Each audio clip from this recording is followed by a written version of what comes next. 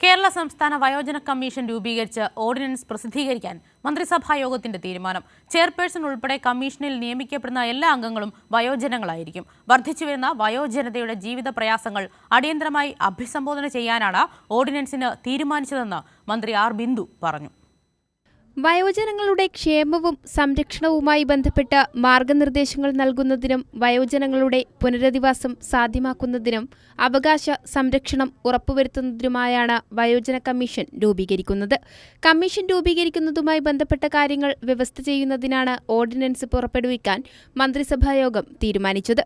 കമ്മീഷനിൽ സർക്കാർ വിജ്ഞാപനം വഴി നിയമിക്കുന്ന ഒരു ചെയർപേഴ്സണും 3-ൽ കവിയാത്ത എണ്ണം അംഗങ്ങളും ഉണ്ടായിരിക്കണമെന്നാണ് നിർദ്ദിഷ്ട ഓർഡിനൻസിൽ വ്യവസ്ഥ ചെയ്യുന്നതെന്ന് മന്ത്രി ആർ ബിന്ദു പറഞ്ഞു. മെയിൻ്റനൻസ് ട്രിബ്യൂണലുകൾ പ്രവർത്തിക്കുന്നുണ്ട്. പക്ഷേ ആ ട്രിബ്യൂണലുകളെ സമീപിക്കാൻ വയോജനങ്ങൾക്ക് ഒട്ടേറെ പരിമിതികളുണ്ട്. വീടിന് പുറത്തേക്ക് പോലും പോകാൻ കഴിയാത്ത സാഹചര്യമുണ്ട്.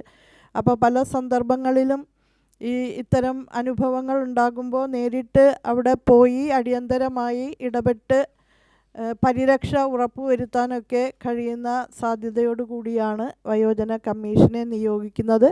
മാത്രമല്ല, വയോജനങ്ങൾക്ക് ആവശ്യമായ പദ്ധതികൾ സംബന്ധിച്ച നിർദ്ദേശങ്ങൾ ഗവൺമെൻറ്റിന് സമർപ്പിക്കുന്നതിനും സമയാസമയങ്ങളിൽ ആവശ്യമായ ഉപദേശങ്ങൾ ഗവൺമെൻറ്റിന് ഈ മേഖലയുമായി ബന്ധപ്പെട്ട് നൽകാനും കമ്മീഷന് ഉത്തരവാദിത്തമുണ്ടായിരിക്കും. ചെയർപേഴ്സൺ ഉൾപ്പെടെ കമ്മീഷനിൽ നിയമിക്കപ്പെടുന്ന എല്ലാ അംഗങ്ങളും വയോജനങ്ങളായിരിക്കും. കമ്മീഷന്റെ ആസ്ഥാനം തിരുവനന്തപുരത്താണ്. ചെയർപേഴ്സന്റെയും അംഗങ്ങളുടെയും ഔദ്യോഗിക കാലാവധി സ്ഥാനം ഏറ്റെടുത്ത തീയതി മുതൽ 3 വർഷം വരെയായിരിക്കും. കൈരളി ന്യൂസ്, തിരുവനന്തപുരം.